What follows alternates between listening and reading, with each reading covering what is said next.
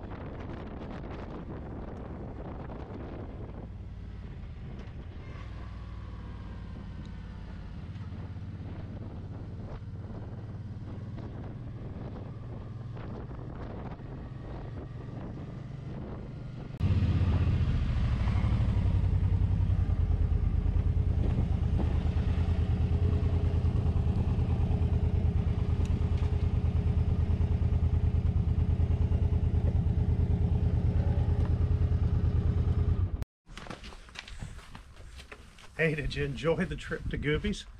Who saw the eagle fly over? That was an American bald eagle. We see lots of those here in Newfoundland. It won't be uncommon for me to see those. It's sort of hard to see them at going by at 100 kilometers an hour on the highway, but he was there, and that was a special guest I mentioned. It was a great day, a little cloudy, but still a good day. Really good to be riding in April. As I mentioned in the first video of this new venture, I mentioned that this bike that I'm on was given to me. It was truly a gift. It never cost me anything. There's an interesting story, but one I want to share with you I have to share it anonymously because the one who gave it to me had a proper biblical attitude in giving. He didn't want any credit, and that's the way it should be. In Matthew chapter 6, verses 1 to 4, Christ instructs us how we should give. It says in the King James Version, it uses the word alms. When you give your alms or do your alms, it means giving to the poor, those who need, in act of giving at all. It should be done in secret, not like the hypocrites did in Bible times, that they would parade out and go to the temple to give their offering with great fanfare and show everybody how much they were giving and so on. It was supposed to be done quietly and in secret, that our reward might be given in heaven by God, but we do our alms in secrets, not for the praise of men. If we get the praise of men, that's all the reward we get, and that's very temporal. But this bike was a gift. I was here one Sunday afternoon at my house, and I was waiting for some missionaries that were going to visit our church that evening. And this friend of mine drove up, and he said, "Les, come with me." He said, "I got something to show you." And I sort of protested because I was waiting for these missionaries. He said, "No, it'll only take a minute." And so he proceeded to take me to a place, and we went into the shop where he was, where he had this, and he showed me this bike, and I said, "Well, that's beautiful." He said, "God's told me to give you that." And I said, "Nah, you're kidding. How much you want for it?" He said, No. He said, "You don't understand. God has told me to give you this bike." And I realized he was being serious. And it's this Boulevard that I'm sitting on. It's a 2009 Boulevard C50. It had 2,900 kilometers on it, hardly even broke in immaculate condition. And no, he said, "God has instructed me to give you this bike." And with that, I started to tear up, as I do, and just overwhelmed that somebody would do that. He said, "There's two conditions." He said, "Number one," he said, "you don't tell who gave it to you. That's between us and God." He said, "God instructed me to give you this bike, so it's God who gave you this bike. I don't want any credit. I don't want anybody to know." And I appreciate that, because he was following biblical giving in Matthew chapter 6. Another thing he did say to me was, "You're not allowed to sell it to pay bills," because he knows the preacher's salary isn't a lot. And he said, "You can't sell it to pay bills. This is for you to enjoy." And so I've honored both of those things. Nobody knows who gave me this bike. God gave me this bike. I don't share the human instrument that he used to give it.